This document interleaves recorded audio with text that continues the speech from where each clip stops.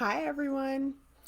So, this whole new Facebook Live setup still has me trying to figure out when I'm actually live because it does the little circle rotating thing and then pops in. So, hopefully, I wasn't looking too crazy at the beginning.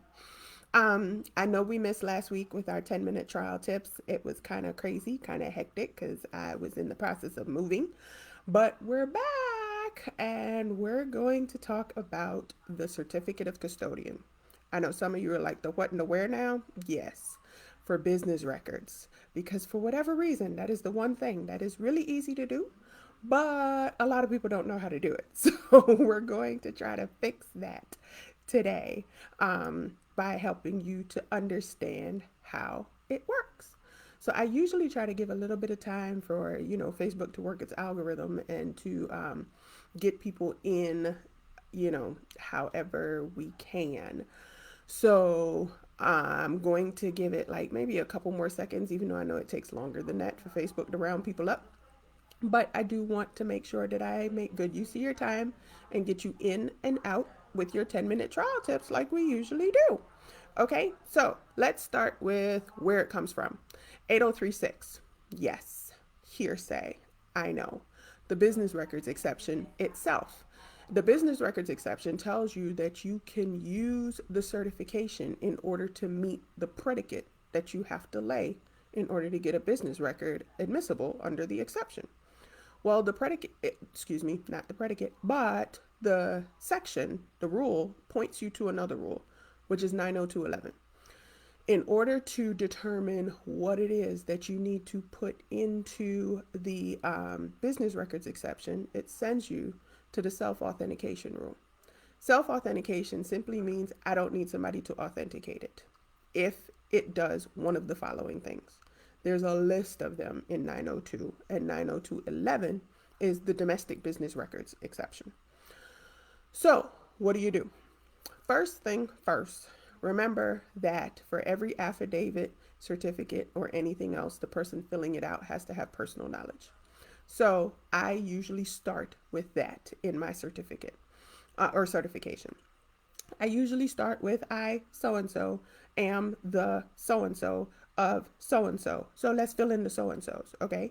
I, Tanya Williams, am the founder and executive director of the Skilled Advocate Company. As part of my duties, because once I say what I am and what the position is, then I'm going to list out the duties in that position. Why am I doing that? Because the first prong for 8036 is that the person who is doing the certification has knowledge. Either they created the document or they have knowledge of how the document was created. So I need to list out their duties and the fact that dealing with these documents is a part of their duties. So what do? I, Tanya Williams, am the founder and executive director of the Skilled Advocate Company.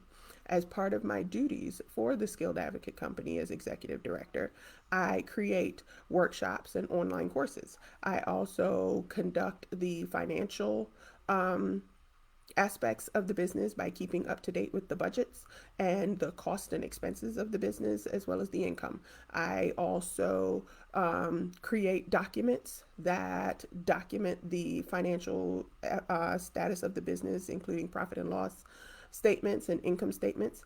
I just list out whatever it is that I do that is in connection with this document. And yes, I do every freaking thing because I'm a solo. So I do everything. So you want to list that out. List out the person's duties so that we know that they have some connection to this document.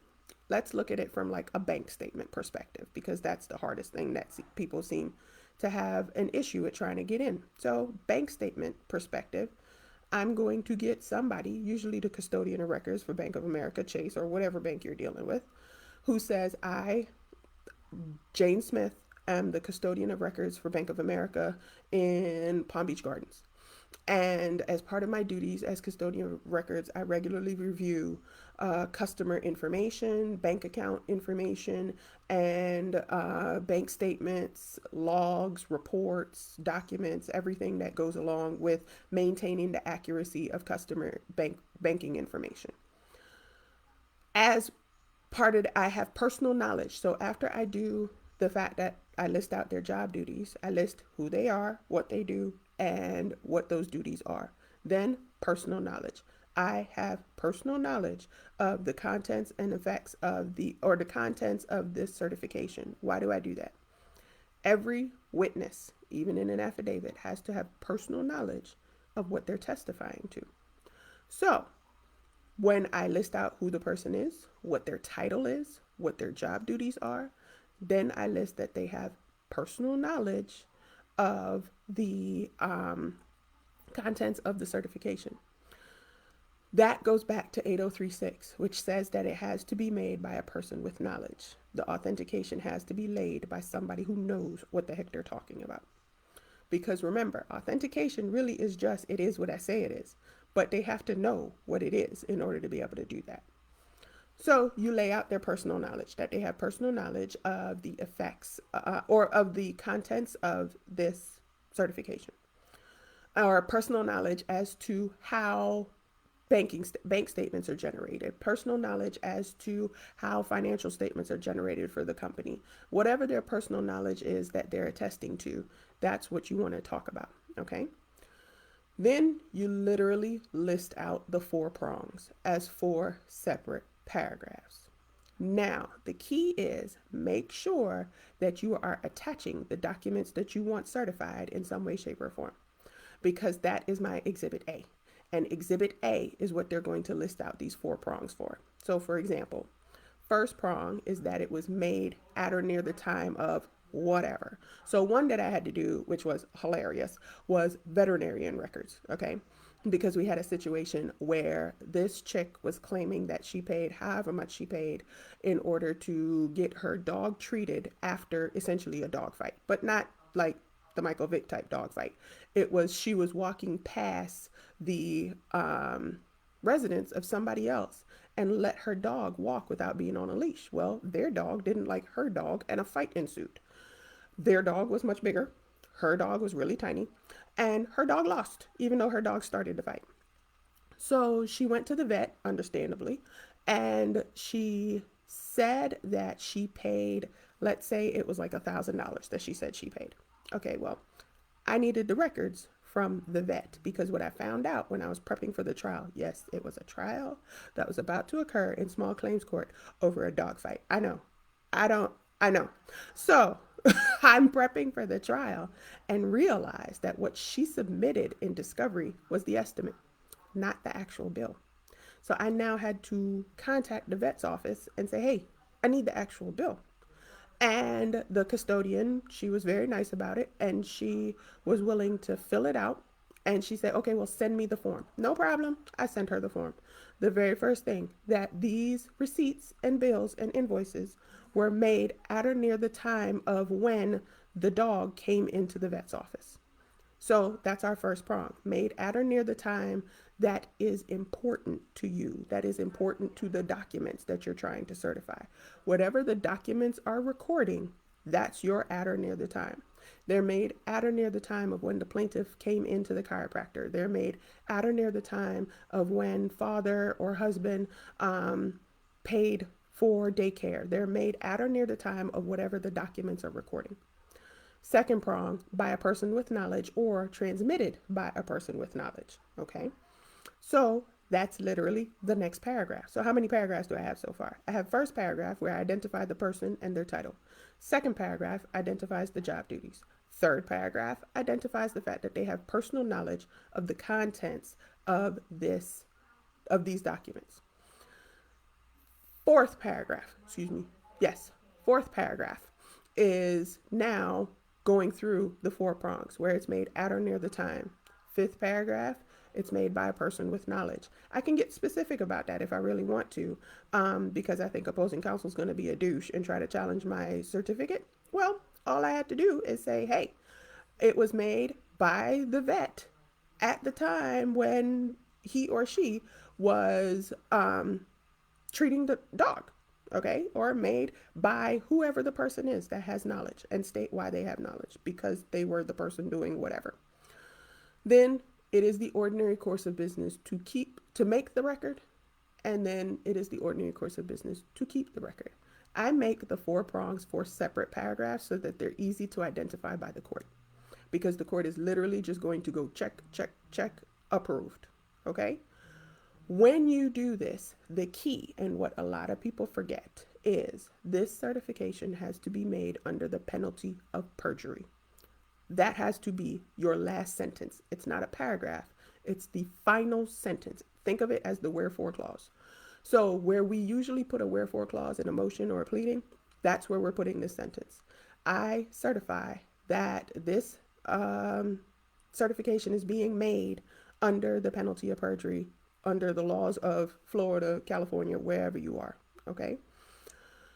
So once you do that and you have them sign it, some jurisdictions, some local jurisdictions require you to have it notarized. Florida does not once you do the certification, but I do it anyways just to verify that the person who signed is who they say they are, because it can't hurt to have a notary acknowledgement in addition to the penalty of perjury claim. But the notary acknowledgement is not sufficient in and of itself to deal with the penalty of perjury claim. Okay? So you want to make sure that your penalty of perjury is in there. Once you do this and you have this wonderful, gorgeous looking certificate, now what do you need to do? You need to do the notice, okay? There is a notice requirement in 8036. It just says written reasonable notice. Now, does that mean you have to actually file it in the court file? Not actually. You can do this simply by sending counsel an email that says, hey, listen, I plan to introduce these documents based on this custodian certificate, and here you go. And I send a copy. If they say, no, I'm going to object to that, now I file the written notice in the court file because there's no question as to when they got the notice. And I attach my little email that I sent it to them. Okay. Usually you don't want to attach emails because courts don't want to see bickering between counsel, but it's not bickering. It's that I'm showing you in Exhibit A that I actually did send this notice.